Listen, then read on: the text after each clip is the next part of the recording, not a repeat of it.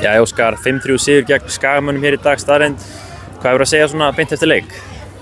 Ég bara ánægður með karakterinn, ánægður með sóknarleikinn að mörgu leyti og ánægður með hvernig við stigum upp eftir erfiðar og svona orkulitlar fyrstu 20 mínútur og Skaginn kannski ekki alveg keyrði yfir okkur en svona nálægt við, þú veist, gerði okkur lífið leitt og komum bara miklu sterkar inn í leik en þá fannst mér við svara því vel, þú veist, komum tvisvar tilbaka og komum síðan og eftir jöfnunarmarkið 3-3, mikið karakter.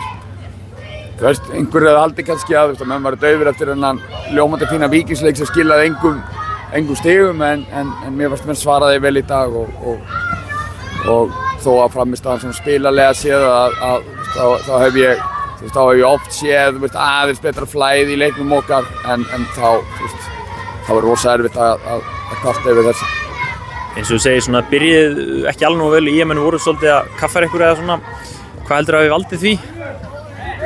Ég veit það ekki maður, þú veist, stundum þetta bara svona. Þú veist, stundum það hefur yfirleitt verið öfugt. Þú veist, yfirleitt höfum við byrjað hérna af þvílíkum fítonskrafti og keyrt yfir lið.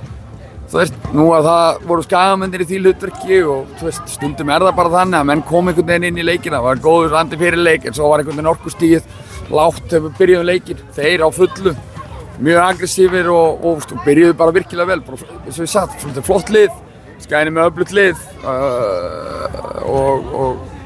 þú veist, og kraftmiklir og stundum þetta bara svona en auðvitað kannski eitthvað sem við þurfum aðeins að skoða. Þú veist, það þægilega að byrja leikina af krafti heldur en að lenda eftir á í upphafi.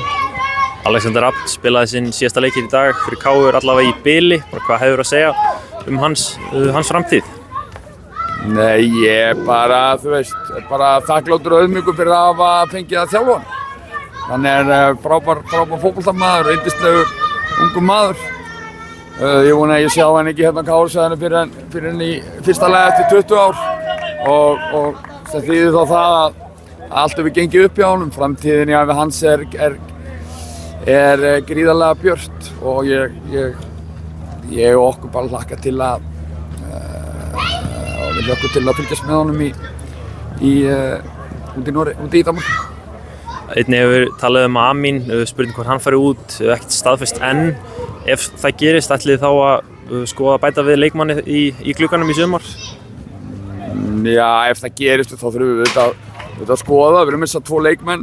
Ef Amin fer þá verður hann annar leikmann með Alexander sem fer í glugganum og þú veist, þetta þurfum við að skoða það en hvort að eitthvað gerist síðan í framhaldinu, það verður eiginlega bara komið ljós. Galdur hefur verið mikið meiddur og að koma tilbaka í toppform og hann átti frábær innkom í dag, þannig að þú veist, ég vil fullkomna heim og myndi hann bara taka við hérna keflinu af Amin ef að Amin fer út.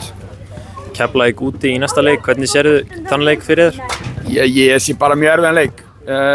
Keflingarnir eru öflugir þó þeir eru kannski aðeins hiksta núna í undanförnum leikjum, þá þetta bara öflugt lið, vel skipulagt með sterka einstaklinga, góða kantmenn, virkilega góðan framherja og bara, þú veist, duglegt, agað og vinnusamt lið sem getur síðan líka alveg ef þau fá tíma og pláss spila fótbolta. Þeir hafa yfirleitt verið að spila betri fótbolta heldur en andstæðingarnir á HS Orkuvöllunum, þó að hann lítur nú ekkert eitthvað frábærlega út, þá að þeir geta boðið upp á fínan fótbolta sem segir bara að þetta er gott fótboltalið, lið sem við tökum mjög alvarlega. Takk fyrir, gangið vel.